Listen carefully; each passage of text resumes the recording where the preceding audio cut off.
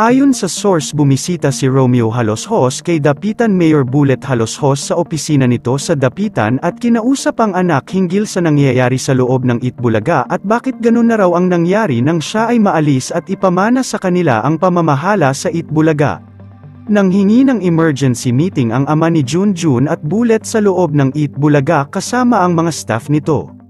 Inihayag ng dating chairman ng TAPE na si Romeo na asahan ang malaking pagbabago at mangyayari sa show at may chance na mawalan sila ng mga trabaho kung magpapatuloy ang ganitong sitwasyon sa loob ng Itbulaga.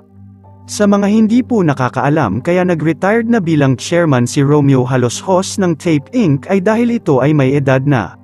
Siya po ay 82 years old na kaya't ipinamana na lang niya ang pamamahala kay Junjun Haloshos na bagong chairman ng TAPE Inc.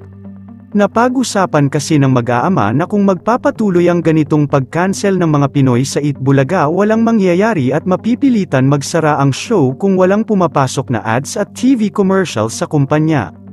Kaya't laking dismaya ni Romeo na bakit nagkaganito ang nangyayari sa Itbulaga na dapat na handle ng maayos ang show at hindi na pinaalis ang TVJ. Ayon sa source, pumunta si Chairman Romeo sa set at tinawag ang kanyang mga anak habang nanonood ng Itbulaga sa VIP audience. Kapag pumunta si Chairman sa studio, emergency meeting ito ng kanyang mga anak at siya. Sa tingin ko about sa production ng Itbulaga ang kanilang meeting. Usap-usapan din kasi na titigil na sila mag-air dahil lugi na. Kung lugi na nga ang mga Haloshos sa bagong Itbulaga, dapat na raw nitong tumigil at isapaubaya na lang sa TVJ ang pangalan ng Itbulaga dahil hindi naman pwedeng angkinin nila ito at wala yung mga original host ng naturang show. Yun lamang po. Ano ang masasabi mo sa balitang ito? Comment mo sa ibaba.